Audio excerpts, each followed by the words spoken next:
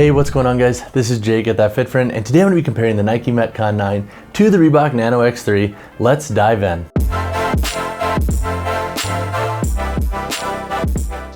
So 5 major construction differences to note between these models include number 1, their midsole constructions and how that translates to training. So in the Nike Metcon 9, we no longer have the Nike React Foam midsole that was used in the 7 and 8. We now have this dual density midsole. So this midsole is basically designed to be a little bit more dense and stable on the outer portions of the shoe, and then a little bit more plush on the internal portions of the shoe. This midsole gives the forefoot a nice flexible and responsive feel, and then that transitions back here into the heel where you have this TPU plate. The plate in this model has been decreased regarding its length. So in the 7 and 8, it went more into the midfoot and the base of the heel. The plate in this model has been shortened and increased in its overall stack height. It still has a clunkier feel, but it does provide a little bit of additional stability to the heel of this model. In the Reebok Nano X3, you have the Reebok Float Ride Energy Foam that is consistent with the Nano X1 and Nano X2, and it gives you like this blend of responsiveness and stability when you're training. You also have the lift and run chassis system in this model, so that's this plastic piece here. It wraps from the midfoot, extends around the heel to give you a little bit more boot support,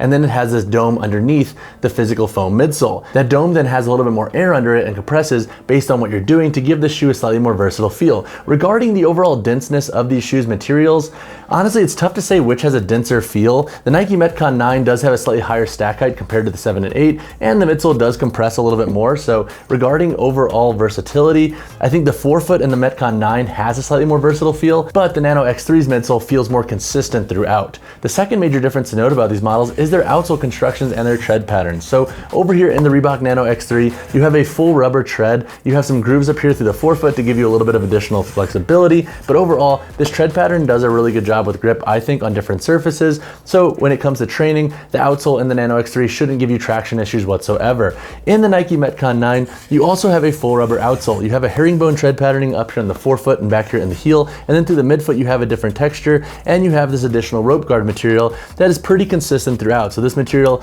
breaks at the midfoot. As you can see, you have an exposed foam, and then this wraps up the midfoot here to give you additional protection for rope climbs. The third major difference to note about these models is their upper constructions. So in the Nike Metcon 9, you have a mesh upper with haptic overlays. So you have a mesh upper throughout the forefoot and midfoot, and then over here on the medial forefoot, you have this rubbery material. This essentially gives you additional abrasion resistance, and it's designed to give you, I guess, additional bite when you're clamping for rope climbs. Honestly, it just feels kind of excessive in my opinion, but hopefully that does help with the overall durability of the shoe's toe box, because the upper construction in the 7 and 8 could be a little bit prone to durability issues. You also have a padded boot back here and a low profile construction, and then you also have these overlays here on the lateral and medial side of the shoe. As you can see in the Metcon 9, we have a lot of rope guard protection. I'm hoping in the Metcon 10, we just have a full shoe designed with full rope guard and a full piece of rubber basically. That's obviously a joke. In the Reebok Nano X3, we have a flex weave upper with textile overlays. So essentially this material wraps from the forefoot into the midfoot, and then you have this padded boot back here. The lift and run chassis system is what helps give this boot a little bit more structure and support to it, and then the tongue itself has a little bit of padding.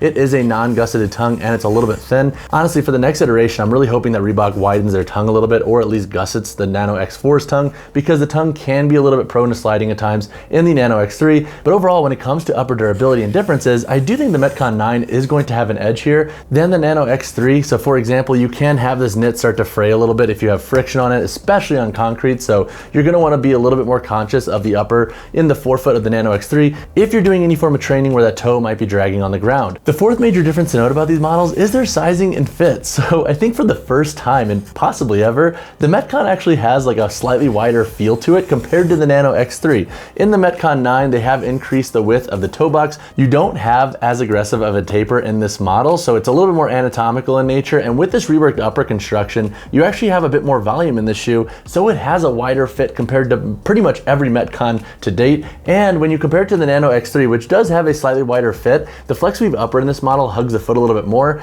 and I would say that there's a little bit more of an aggressive taper in the Nano X3 compared to the Metcon 9. So while both shoes I think will work for slightly wider feet, the Metcon 9 does have a slight edge regarding its width. The fifth major difference to note about these shoes is their heel to toe drop. So in the Nano X3, you have a heel to toe drop of 7 millimeters. If you like a slightly higher drop in your training shoes, that could be something worth considering. And then in the Metcon 9, I don't know the official drop yet. However, I'm guessing it's 4 millimeters. I reached out to Nike's support team over the last few weeks and I have received nothing regarding confirmation of this, but it feels very similar to the 8 and 7 regarding its drop. And I feel like if they made any drastic changes to the heel to toe drop, Nike would hopefully mention that. And once again, I am kind of assuming that the drop stayed at 4 millimeters like every Metcon model to date. So now let's talk about some performance differences between these models. So which shoe is best for lifting?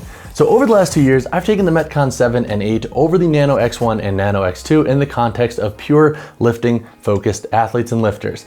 However, honestly, I would take both these shoes and put them pretty neck and neck right now. With the Nano X3, I love training heavier with them when I'm blending more athletic style work with my lifting session. So this model does have a good level of traction on the outsole, and the Float Ride Energy Foam midsole is stable enough for like 500-pound deadlifts, heavier machine work, and heavier squats. With the Metcon 9, you also get a good level of stability, and I think with the increased forefoot width, they can feel wider because you have a little bit more surface area to ground the foot, and you still have the hyperlift plate back here in the heel to add additional stability to the heel. My issue with this model and its stability, and why I'm not taking this shoe outright compared to the Nano X3, is with this harsh cut here in the forefoot of this model, and with this material being a little bit different, I actually find that the midfoot in this shoe collapses a little bit on me when I'm doing heavier unilateral work. That might just be me. However, it's something that I noted with this model that I didn't experience with the 7 and 8. So that said, which model is best for lifting? Both shoes will work, I think, for most lifters and athletes. With the Metcon 9, I don't really love them for heavy unilateral work, but that could also just be my internalization of the shoe and my foot anatomy, but just food for thought there.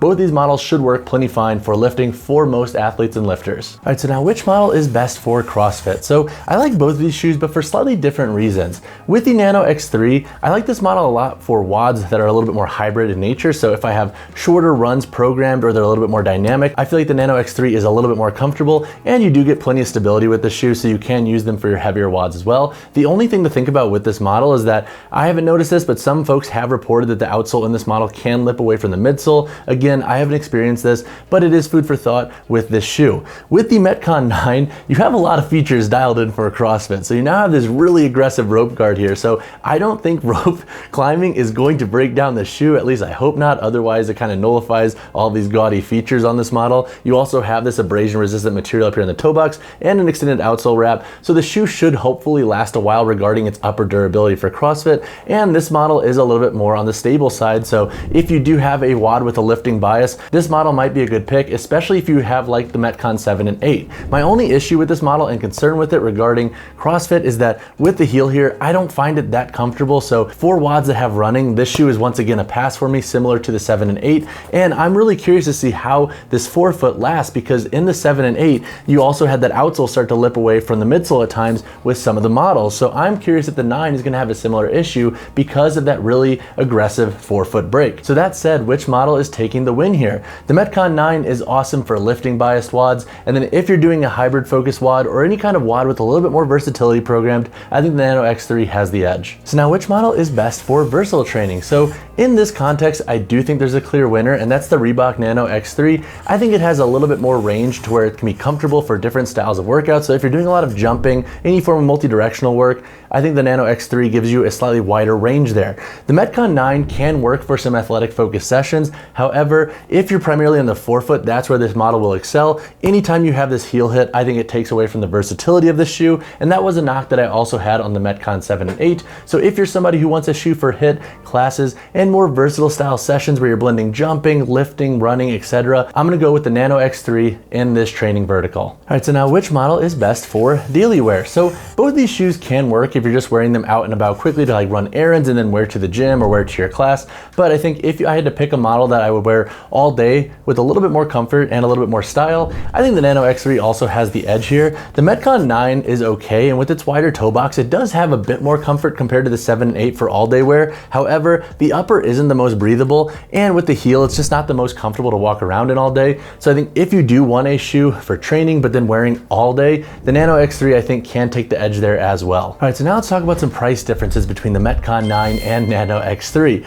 Unfortunately, we don't have any price differences. So the Metcon 9 retails at $150 USD, and the Nano X3, which went live at $140, has sneakily increased its price to $150 as well. So it is looking like most premium cross-training shoes on the market are moving to $150 USD. You also have the Haze Trainer and Rad one that costs $150. It's kind of a bummer, honestly, and that's why I suggest if you want to save, look into the Nano X2 or even the Metcon 7 and 8, because those models should all be marked down. But that said, $150 USD is what you can expect for both of these models. So when it comes to the sizing and fit of these shoes, I think most lifters and athletes should be safe going true to size in the Metcon 9. And then with the Nano X3, true to size or down a half size will be the call based on your foot anatomy. So with the Metcon 9, you do have a wider construction. However, I don't think it's wide enough to warrant folks sizing down a half size. Now, if you have narrow feet and you've tried the Metcon 9, let me know in the comments below if you've had to size down a half size. Having your feedback will be awesome for other folks who might be in a similar boat to you. But overall, I do think true to size will be a safe call in the Metcon 9 for most foot anatomies. In the Reebok Nano X3, I think if you have a medium or slightly wider foot width, you're going to be safe going true to size in this model. And then if you have a narrow foot, you might want to size down a half size. This model can run a little bit on the longer end, so that's why it can be a good idea to size down a half size if you have a narrow foot width. That will help prevent some of that heel slip that some folks have experienced in this model, because it can run pretty stiff out of the box, which can then result in the heel sliding out of this model if you don't crank that midfoot super tight. But that said, true to size for the Metcon 9 for most foot anatomies, and true to size in the Nano X3 for most foot anatomies, narrow feet size down a half size. All right, so now let's go over the weight, heel, toe drop, and insoles in the Metcon 9 and the Nano X3. For my size 10 model here in the Nike Metcon 9, we have a weight of 13.55 ounces. In the Reebok Nano X3, we have a weight of 13.25 ounces. The heel to toe drop in the Nano X3 sits at 7 millimeters. And again, the heel to toe drop in the Metcon 9 is unconfirmed, but it feels a lot like 4 millimeters, which is consistent with Nike Metcon shoes. The Metcon 9 does have a thin foam removal insole, and so does the Nano X3. So if you want to take out these insoles for your own orthotics or inserts, you definitely can. I would just say be conscious of the upper volume in both these shoes and how thick your insoles are. All right, so now let's go over the construction of the Metcon 9 and the Nano X3. Up here on the toe box on both these models, you have an extended outsole layer that wraps up. And then looking at the upper constructions in these shoes, you have a mesh upper in the Metcon 9 with some haptic print overlays here. So these are grippy and a little bit more rubbery in feel over here on the medial toe box. And then you have that aggressive lateral rope guard here on the midfoot with some Nike branding. You have a padded low profile boot back here. And then you have this very aggressive rubber medial rope guard on the medial side of the shoe. And you have a little bit of branding here on the medial heel. Looking at the upper in the Reebok Nano X3, you have a flex weave upper throughout the forefoot and the midfoot with some textile overlays, and then you have that lift and run chassis system. That's this TPU piece here that wraps around the padded heel. Looking at the midfoot in the Nano X3, you have 1, 2, 3, 4, 5, 6 core eyelets that go up. The tongue is not gusseted, but it does have 2 loops here for additional security. The tongue is padded, and it's not the widest in nature, which is something that I hope the Nano X4 has. Looking at the midfoot in the Metcon 9, you have 5 core eyelets that go up, a padded tongue that is gusseted, and then you have that lace lock feature on top of the tongue here. That serves as your primary security loop here on the tongue, which is similar to the 7 and 8, but more identical to the Metcon 8. Looking at the midsole in this model, you have that dual density midsole throughout, and then you have that TPU heel back here. This has once again been shortened in length. It doesn't jut that far into the heel, and it has been increased in height a little bit. So the stack height in the Metcon 9 is a little bit higher than the Nano X3 and the Metcon 7 and 8.